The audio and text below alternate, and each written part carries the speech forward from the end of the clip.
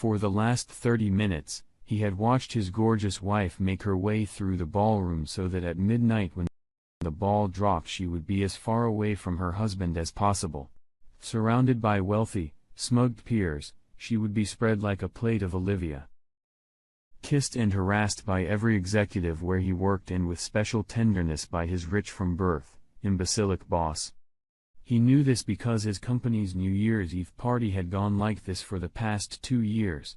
The first year he'd put up with it, writing it off to too much champagne. Last year, however, the horn had sounded too loud and he'd started making preparations. Feeling a tug on his coat, he turned to face Deirdre, Josephine's best friend and co-conspirator. "Happy New Year, Mike," she exclaimed, reaching up to pull his head in for her annual pity kiss.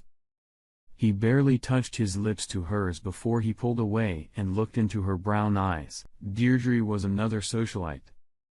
A trust fund baby like his wife from an even wealthier family than Joe's family. He expected to see the easy smirk she usually bestowed on him, explaining that she knew something he didn't because she was a pillar noblewoman, like his wife and his boss. Instead, he saw two new emotions: pity and concern. "Mike, don't take this so seriously. She's just exchanging kisses and old New Year's tradition. She'll come back in a little while, no worse for wear, and show you again how much she loves you." He looked at her skeptically. Deirdre tried to reassure him. "She does love you, you know. It's just that she's very outgoing and lively and impulsive, and you're intellectual and silent. Sometimes she needs a chance to be with others more like her, but spending time with them only makes her love for you stronger." "Okay, Deirdre, is that why she spent the entire Christmas party in her company under the mistletoe with her coworkers? We go to her Christmas party and she spends the night dancing and making out with her firm's executives. And here at my firm's New Year's Eve ball, she spends the entire night dancing and kissing. No, sucking with my firm's executives. So by making out with everyone at the party except me, she begins to appreciate me in a new way. That's an interesting concept. Tell me, is this another New Year's tradition of kissing George the embassy a dozen times, or is it just her way of showing her love for me since she knows how much I hate that bitch?" I had to hand it to Deirdre. She had enough self-control to be embarrassed. She couldn't take my stares, so she looked away and tried again. "Mike, I can see how upset you are, but you have to understand. Don't you, Deirdre?" "I think I do. For the first time in our 5 years of marriage, I think I really understand." I turned my back to her, walked back to our table, reached in and opened the briefcase I had placed under the table and extracted from it a rather large, brightly wrapped package. Standing with my back to her, I removed the ring from my finger and tied it in the middle of the bow she had to remove to open the package. Turning to Deirdre, I held out the package. "I'm going to leave now. Please give this to your friend when or if she breaks free from the grip of the men surrounding her. Tell her I wish her a happy new year, and I hope she gets everything she deserves next year." I turned to leave, but Deirdre pulled me by the arm. "Don't go, Mike. I'll go get her. She's had too much champagne again. You gotta take her home." "No, Deirdre. I don't have to. She's got a room here at the hotel. She's been here all day entertaining the men while I've been working. Of course, you know all this because you've been here with her. She's got her own car, clothes, everything she needs. I'm sure at least one of the gentlemen she's making out with right now will be more than happy to make her happy, or maybe they all will." "Don't look at me like that. You told me the same lie last year. I gave her this year to make up her mind. She has made up her mind and so have I. Goodbye, Deirdre. I can't help saying that it will be a relief to me never to see you again." As I left the ballroom, I nodded at Helen, the personnel director, with whom I had spent the first half of the day while my boss and his buddies helped set things up at the hotel. In reality, he was in a luxury suite, which he had paid for with the company credit card, fucking my wife. Actually, I should have said they were in a luxury suite sleeping my wife. And I have the pictures and video to prove it. Helen has some too, and the chairman of the board will have it within minutes. After leaving the ballroom, Helen and her husband made their way toward the crowd of men around Josephine. Deirdre was making her way through the crowd of men, many of whom persisted in trying to kiss her in the grand tradition. A few men tried to hit on Helen, but they seemed to be deterred by the frown of her husband, a former forward in American soccer. She made her way through the crowd to CEO, George Burke, and his companion just ahead of Deirdre. She stopped her husband a few feet away from them and watched. Deirdre's confused look and the shrill cry of her name caught Joe's attention, and she broke off George's embrace. She frowned when she saw her friend's startled look. Helen smiled. Deirdre held out the gorgeously wrapped present and said something to Joe, who took the package, leaned closer and seemed to ask Deirdre to repeat herself. "Mike left this for you. He's gone, Joe. He watched you flirt and make out all night, and when you started making out with all those men, he gave me that package and left." Joe smiled. "Oh, you know, Mike. He throws these little fits when I don't pay attention to him for a few minutes. I'll come home, apologize to him, fuck him like a fool, and everything will be fine. He loves me.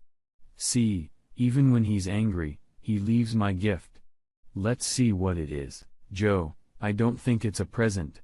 Deirdre began, but Joe was already busily untying the ribbon to open the package. As the ring fell to the ground, she paused, frowned, and asked, "What's this?" George bent down, picked it up, held it out to her and smirked. "Isn't that your husband's wedding ring?" She stopped tearing the paper, looked at him puzzled and took the ring. She looked at Deirdre, who muttered, "I tried to tell you." Joe started to tear the wrapping off the gift and found a white gift box inside. Relieved, she smiled, shook the box, said, "It's heavy," and began to cut the tape on each side with her fingernail. When the tape on the third side ripped, the contents of the box fell out and scattered on the floor. She squatted down to pick up the fallen glossy sheets. Others squatted and picked up the ones that slid down beside them. Suddenly, everyone froze. Joe's eyes widened and she screamed, "No!" That shout caught the attention of those around them, and more people came into their circle. Deirdre's eyes widened incredulously too. She looked up and saw the look of horror on George's face. He picked up a glossy 20 by 30 centimeter color photograph from the ground that lay at his feet, pressed it against his expensive suit, and involuntarily shouted, "What the fuck, Joe?" Loud enough to be heard by everyone in the vicinity. Everyone looked at the pictures lying everywhere and saw Joe having sex with persons other than her husband. There were many pictures of Joe and George, as well as Joe with other executives at the firm where Mike worked with Joe's coworkers and bosses. They weren't enough to cover all the positions of the Kama Sutra, but Mike had done a good job of selecting photos that proved Josephine didn't mind having vaginal, anal, or oral sex with men, women, or toys, and in any combination or quantity. Faced with the photos of her sexual adventures, Joe fainted. She fell on her back, and only George's slip-on shoe kept her head from hitting the tile floor and possibly giving her a concussion. Deirdre knelt down beside her, lifted her head, slapped her face lightly, and screamed frantically, "Joe, Joe, you're all right, Joe. Talk to me, Joe. Are you okay?" As both women lay on the floor, the others began to pick up the pictures and look at them. One woman turned around and hit her husband as hard as she could. As he looked down at the picture he was holding, "You're a whore. No wonder you don't have the energy left to satisfy me." He stared at her in stunned silence until she swung her purse and punched him in the right eye. He clutched his eye, screamed in pain, and then collapsed to the floor as she kicked him in the balls with her pointy-toed shoe. The woman knelt down and began methodically going through pictures on the floor. She paused, looked up and stated, "You bitches who are married to the management of Taylor and Son, might want to take some of these photos and check them out. There are pictures of other husbands in here too. If you want to save money on a divorce attorney, give me a call, and I'll see if I can find us a group rate." 9 other women kneeled down and started looking at the photos, and the men started backing away. "There are flash drives in here too," one of them announced loudly. "There's no telling what's on them, you lousy cheater," yelled at the well-dressed older man. "Remember our prenup? You broke, you bastard." "Baby, I'm sorry. It didn't mean anything. She kept hitting on me and eventually I gave in, but it was only once, and she wasn't as good as you anyway, and you lying liar. The blonde shouted, holding out 2 more pictures. The blonde got up off the floor and went at him with murder in her eyes, waving the pictures around and swearing at him profuse. He stepped back, then turned and ran away. The other woman sobbed, clutching one hand to her chest and waving a photograph in the other. Her husband, hiding his face in his hands, was sobbing too. The man pulled out the photo, holding it up to the gorgeous woman standing in front of him, and said loudly, "So you're bi? What the hell is this? You kept telling me I'd never get a threesome because you'd never be with a woman." She blushed, turned, and ran off, wobbling in her 10-inch heels. Another woman picked a half-dozen photos from the pile and was calling out names as she walked toward the center of the ballroom. The puzzled woman stopped her, picked up a photo, stared at it, and turned to her husband with a look of murder on her face. He began to back away and she trotted toward him waving the photograph. This scene was repeated 5 more times, and each time, the victim's companions were struck in the ears and eyes. Joe had already woken up and was looking at what was happening around her with glazed eyes. A man in an expensive tuxedo knelt down beside her. He asked, "Are you okay?" She looked at him curiously and nodded. He asked, "Who are you? Can I help you?" "I'm Josephine Lord," she replied grimly, "but I don't think anyone can help me now." "Are you Josephine Reynolds Lord?" he asked incredulously. She nodded and asked, "I am." "And who are you?" The man handed her the stack of papers he was carrying, snapped a picture of her with his phone and announced loudly, "I am the bailiff. You have been served, Josephine Reynolds Lord." These documents and the accompanying photographs and videos prove the adultery alleged in Michael Morris Lord's divorce petition. He turned to the large group. "Ladies and gentlemen, if you haven't had time to look at the photos, just order a copy of the divorce papers, which are public records available online. It lists the names of all the people Joe SWB has had sex with in the last year, along with where and when.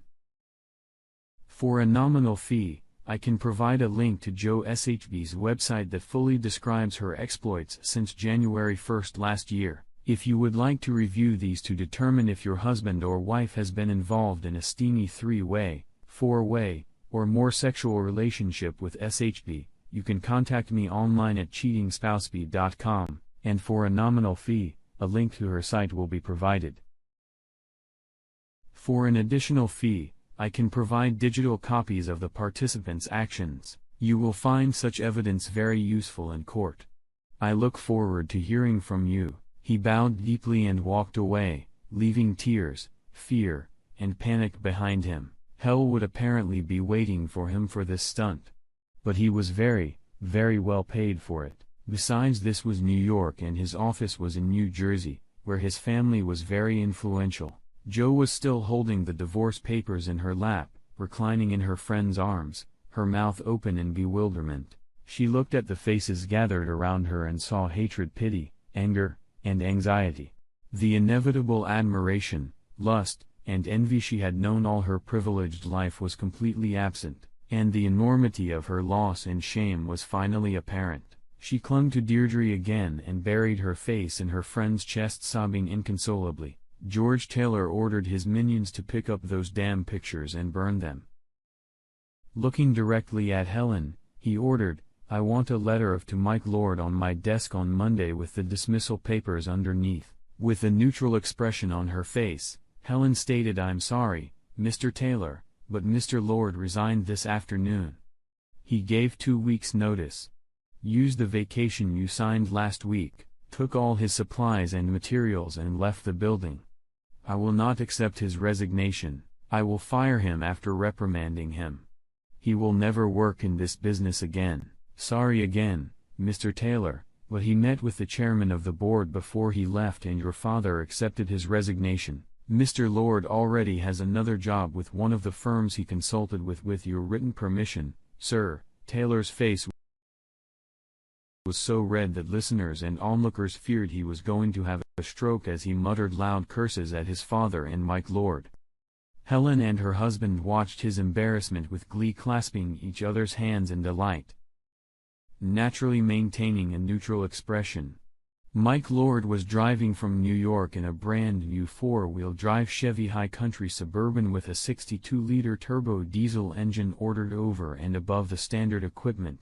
He had specifically ordered the SUV in fall as soon as the new models became available, and he had it delivered yesterday. The Navigator said it would take 24 hours 32 minutes to get to his new home in Austin, Texas on the route he had chosen. He knew it would actually take the better part of a week because the country boy from Idaho was going to absorb the rural states he was about to drive through.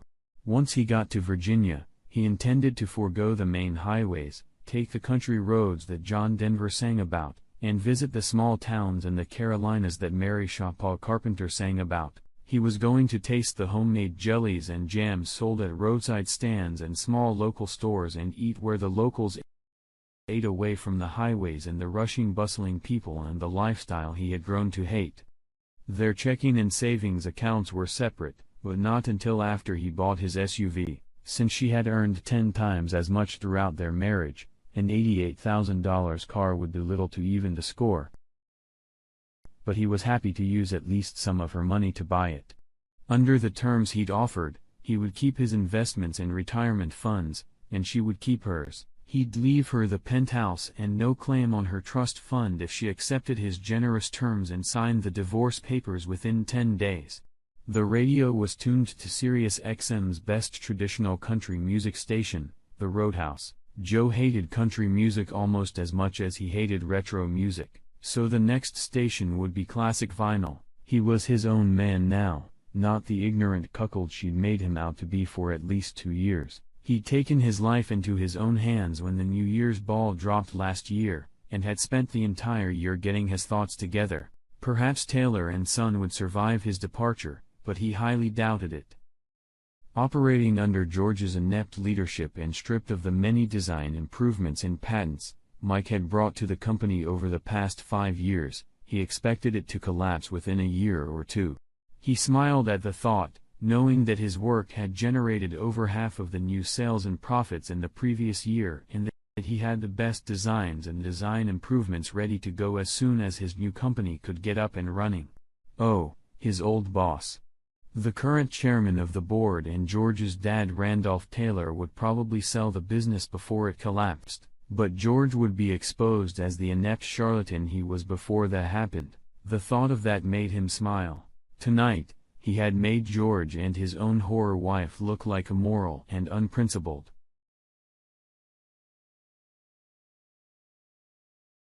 Institute as a businessman when his new company would crush his old one like a bug that had just been smeared on the windshield. Thinking about it made him smile. He wouldn't mind being a bug on the wall, witnessing when Josephine's parents found out about his antics at the ball. Helen had already called him to tell him how wonderful everything had turned out. The fact that she had scattered the pictures all over the ballroom was beyond his wildest dreams, even though he had purposely made the box so that it would fall apart when the film was cut on 3 sides. Her parents had looked down on him from the beginning and were made when their precious perfect daughter decided to marry him. After all, he didn't even have an Ivy League education. The fact that an engineering degree from the Colorado School of Mines and a master's degree from the University of Michigan made him highly sought after in his field meant nothing. Better a liberal arts education at Brown than such a mediocre pedigree. He smiled thinking of the destruction he had wrought and what he would produce in the future. Deirdre and her husband Albert drove Josephine home. As soon as they entered the house and she looked around, Joe began to sob again. On the way home, she rehearsed her speech to Mike. She had to explain that her affairs meant nothing to her and were not hurting their marriage. It was just a vacation or an attempt to influence decisions that concerned her and their lives better. Recreational sex only helped them, she explained. It brought her libido back under control when it raged. And she learned things she used to pleasure her husband to diversify their love life. It sounded ridiculous even to herself, and she knew Mike wouldn't buy it. Truth be told, he was a real stickler for marriage vows. Even talk of swapping partners or role-playing with others infuriated him. Why then, did she think he'd buy the crap she was going to sell him? Deep down, she knew her marriage was burnt out. But when she walked into their apartment and found all stuff gone, she realized she'd fallen into a hole she dug herself. She sank to the floor, crying bitter tears, and cursing her own arrogance. She had no ready explanation for her actions because she never believed she would be caught. And if she was, she would convince her sweet naive husband to forgive her. For 3 years, she had been successful. And tonight, he burned both her marriage and her reputation to the ground. The week went by quickly for Mike. He cloned his SIM card before tossing the old one into the dirty city snow so he could initiate contact, but no one could interrupt his journey through the Old South to his new home in Texas. The emails he customized were sent out all week. Spouse after spouse received an individual email with an attachment, and marriage after marriage was burned out. The thought of this result brought a smile to Mike's face. The letter to Deirdre's husband had been mailed yesterday. Thinking about Al's response made Mike smile broadly. Jo was responsible for her own actions, but Deirdre's account of the pleasure of her personal experience as a slut, her friends and treaties to share the joy by spreading her legs had really influenced Jo's decision. It was day 4, and back in New York, Deirdre and Jo were sitting on the couch in their apartment. It was now their apartment because Al had kicked Deirdre out after receiving an email and watching a video. It contained 5 snippets of sexual activity and an enlightening conversation with Jo in which they described their conquests and pleasures and listed their lovers by name, occasionally laughing at their clueless husbands. Albert forwarded copies of this conversation to each of the wives of the named women if he knew them. And he knew most of them. The fire was spreading, and Albert smiled as he watched the flames. Things were no better for George. His father had fired him and disinherited him. In fact, he had fired all the senior executives who were responsible for the firm getting a black mark because of their actions, and was acting CEO while his new VP of Talent Development and Attraction, Helen, recruited top executives from all over the world. Mike passed the Martin Luther King Boulevard exit and prepared to turn onto Cesar Chavez Street. As he drove past the Austin Convention Center, he saw Lady Bird Lake on his left, crossed Congress Avenue and pulled up to the exclusive high-rise apartment his new company was providing at 70 Rainey. The rent on the apartment was paid 6 months in advance, giving him time to find the house with the treaties and lawn he'd longed for. Once he was settled, he would buy a dog and start looking for a new companion who would be reliable and who would enjoy setting up house for him and their children. His new partners have already planned a barbecue at which they will introduce him as recently divorced and promise there will be plenty of eligible women there. Meanwhile, in New York City, the fire continued to rage, with exposed spouses throwing others under the bus and abusive spouses sharing what they knew about other abusive spouses. Helen kept Mike in the loop. He contemplated the ever-expanding flames of the great New York fire he had lit and smiled.